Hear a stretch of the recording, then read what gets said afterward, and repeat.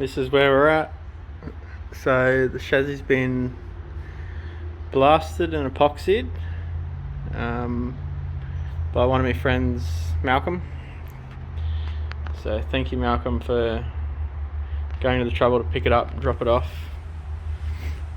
and get it done in pretty much a day, which is really good. I've just masked the shed up a little bit and all the things that I kind of care about, and I'm going to put some satin black in the spray gun and then get some paint on this so I can move forward with the ute.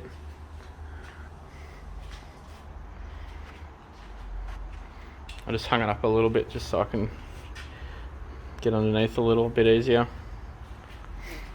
Obviously here I'm going to have to, once all the arms are off, I'll do a little bit of touch up in there.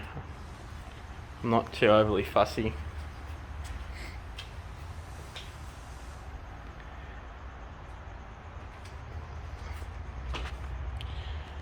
So what I've done here with the compressor, whenever I do any painting, I've pretty much got this whole reel set up, and then I just whack another hose on with a water doohickey, whatever they're called, just so to get the water out of the line. Otherwise, if I don't have one of these and I just rely off this one here that's kind of too close to the compressor, water ends up getting in the line and it'll start spraying water out the gun. So as the air in the compressor gets hotter, it comes out hot and then it attracts moisture and then it gets water in the air. So it's best to have a another, what is it, water air separator a bit further down the line, so I won't have any water in the air when I'm spraying now. I'm just going to get this painted now so I can get the ute rolling again. Put the diff underneath the back, the wheels, and United Speed Shop the front control arms, coilovers, and get the ute rolling. I'll get stuck into it. All done. Not much really to look at, just looks like a black chassis. I had the rope lifted up to get to the underside of all this back section, and then I put the jack under the front just to get around some of these little areas. I will have to put some more when I put the tubular arms on, because it's going to show more, so there'll be a couple of areas I've got to touch up. But I've got to put engine plates in here anyway, so I'll have to grind and weld some stuff on for all that. And I've still got to do some body mounts up the rear, which I've got to weld on, so I just wanted to get some paint on so it's done.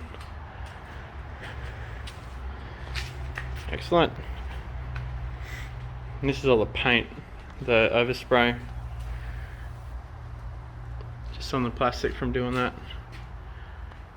If you don't put plastic up, it just goes all over everything. It's very messy. Done plenty of painting in sheds and not put any masking up, and it makes a bloody mess. Cool. Progress. Once I get the ute and everything rolling, I'll be able to get MCFRY out of the trailer and get it pulled down and see what happened at Good Friday with the engine, and I'll have to fix the rear quarter again, I suppose, as well. So I've just mounted the diff in the chassis.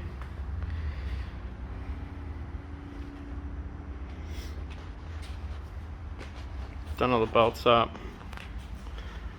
Haven't done the anti-roll bar yet, because I think I'm going to need to either cut into the tray or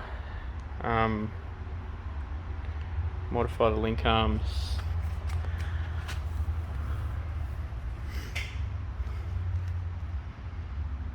It hasn't sprung down at all, but I don't think there's much weight in this chassis, so I'll have to put it onto the ute, and hopefully it sits a lot lower than that, or I've bought the wrong springs.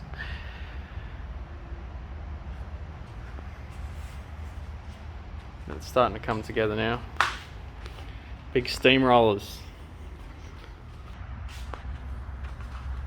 Got the chassis under the ute now. I'm definitely going to get softer springs. These springs are only compressing down like stuffle, so I bought the wrong springs. These are 175 pound, and yeah, they're way too stiff. That was just the rookie error. Not doing any calculations, just buying springs.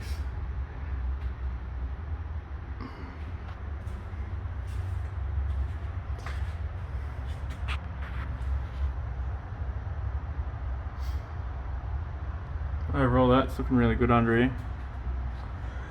I've got to chop this off as it's hitting the chassis. Because I've lowered the body down, that seems to be the only part that's hitting the handbrake line, so I'm going to have to chop that out. I'm not going to use it anyway. As you can see here, it's sitting up. This section here is bent as well. It had an accident this year at some point. It was pushed in here, so that's why that's back a bit. But I've got a big hydraulic porta power thing. I'm going to put it on the inside, and I'll push the floor out to get that back to where it's meant to be.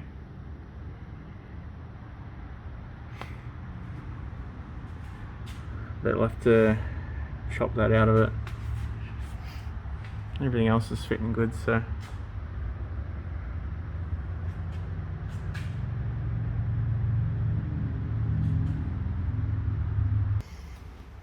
alrighty. I just welded on some rear body mount arms because I had to cut them off when I shortened the chassis. I just got a bit of molly bar and a bit of flat bar and just bent it up and welded it.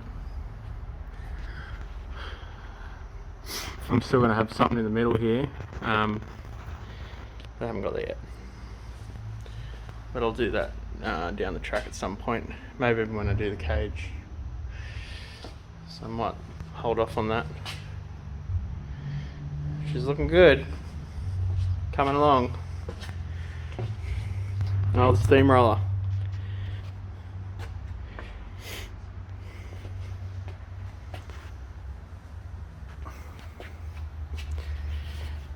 I don't know what I'm going to do next. Probably the control arms, I suppose. I want to try and get everything done to the chassis, and then move on to the body. It'll need a lot of work everywhere. Nice. Get overrun in this video. I don't know what I'm doing. So I'm going to be installing this United Speed Shop control arm kit into the ute. And I'm just going to go through and show you guys how good the quality is of this kit. Alright, so I've just unboxed it all. It was all very neatly wrapped. Came in this box here. All very, very well packaged. And just going through and opening some of the stuff up, like even the small bolts and stuff,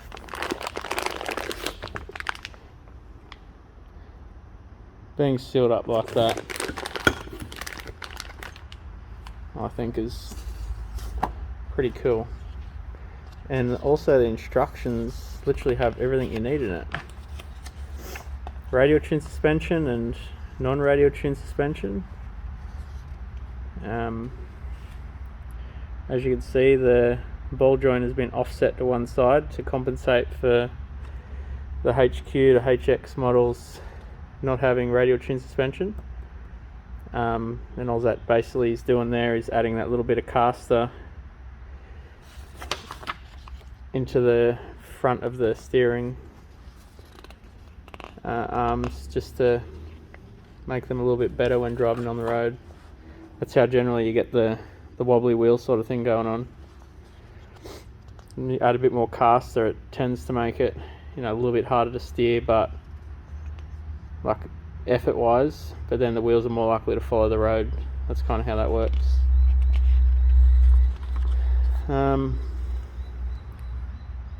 Exploded view. And then the interesting part I found back here is Mr. Ryan Carter has got all this stuff tested and fully engineered, which I thought was really cool. And the actual craftsmanship and quality of these things is next level. It's like a little bit too fancy. Very fancy. And I got the double adjustable QA ones.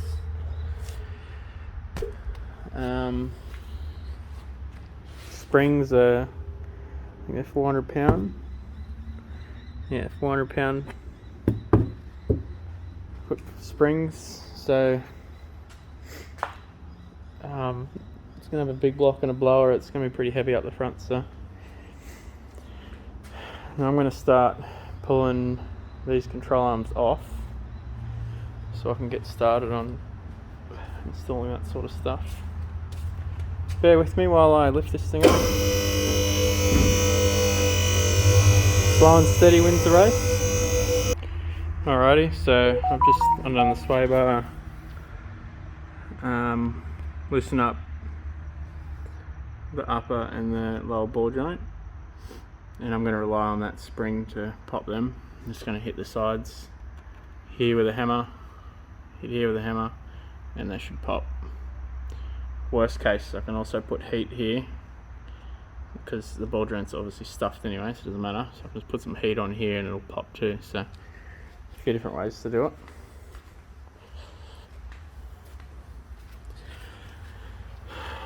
Bottom one's popped here, so just have to give that one a whack. Put the old crusty brakes off and shocks.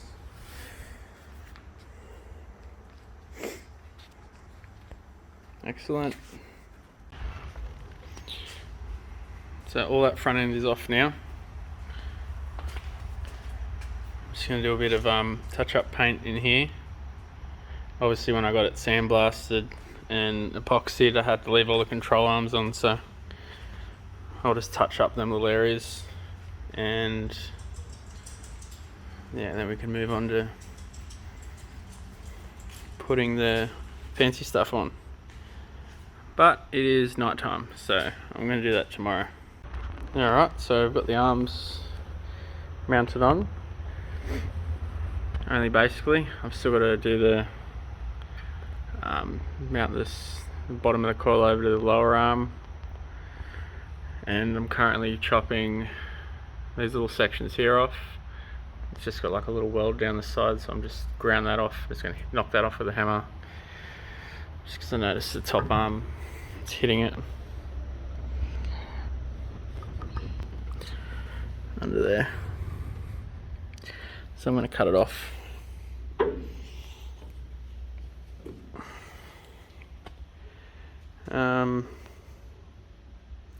Yeah, let's just try to get more travel with suspension. I'm not sure how much travel there will be once this is mounted properly. I'm not sure if the upper arm's even going to come down that far or not, but if it does, I want to try and get as much travel as I can. And then I'm going to put a bolt in the middle here, just so I can adjust the front travel of the car. So obviously for no prep stuff,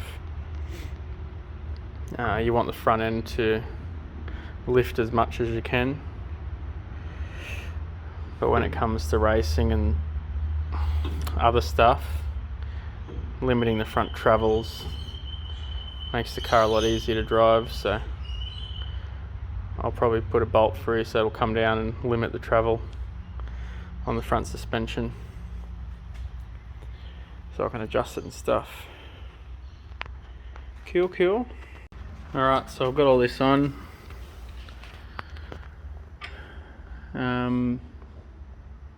It's excellent. It has full travel, so which is good. And just about to do the other side at the moment. I just want to show you these steering arms. So this one here is the standard HJ, HX, HZ, the long steering arm as they call them. This one here is the power steering arm. These come out on HQs and the later models fitted with power steering. And this one here is from an LH LX Tirana, and they're slightly shorter again. You'll also notice that it sits completely different. As on the Tiranas, the tie rods go in from the top, whereas on these models they go on the bottom. So pretty much once that's once the tie rod's put in the top of the Tirana arm, it tends to work out alright, I found anyway. So I'm going to try the Tirana arms on this ute, and once I get everything on and see how much lock I can get. I'm still waiting on the brake package, it hasn't come yet, so I might just put the standard hub back on so I can roll it around for now, and when I get the new brakes I'll put them on, put the short steering arms on, and see how much lock I can get with the wheels on. Kind of hoping that it just misses everything, but I'll be able to make a bump stop up anyway, so I'll just make it a bump stop just so it doesn't hit the arm. So I've just put grease up in here on both sides, and grease on the bushes just to stop any squeaking, help slide in a bit better. Excellent. Alright, I'll get stuck into this side and we'll go from there. Alright, so I just put the steering arms on. This one here is the Tirana steering arm, and then over here I have the short power steering arm fitted. I just want to show you the main sort of difference here is the angle. You can kind of see how that arm is sitting lower compared to this one. This one's sitting higher, and I know that is going to affect the bump steer. As the closer this is in line with this ball joint here, the less likely it is to throw your wheels so far out of whack. It's not much. I do know that Harrop they remake the A9X Tirana steering arms, and this part here actually sits a little bit lower, which would probably be dead perfect for this. But the steering arms are I think from memory 250 each or something, maybe 300, I can't remember, but they're pretty expensive. But I'll just have to try it like this, and yeah, see how it goes. Worst case, if the bump steer is like, way off or really bad, I can look into getting those A9X steering arms.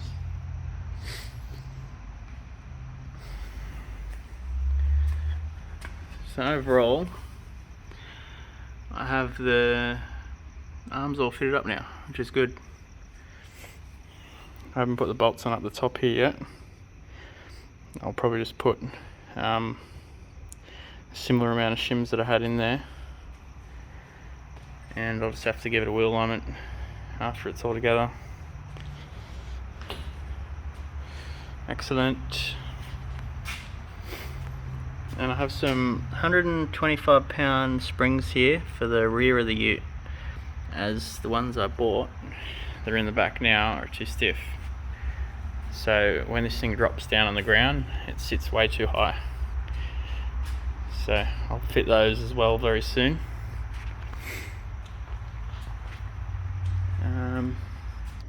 Alright, so I just fitted the new springs in. And this is going to be how low it's going to sit.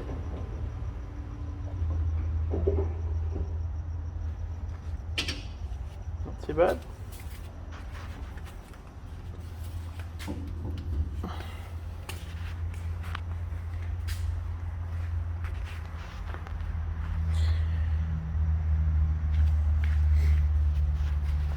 Well, they are the 125-pound springs.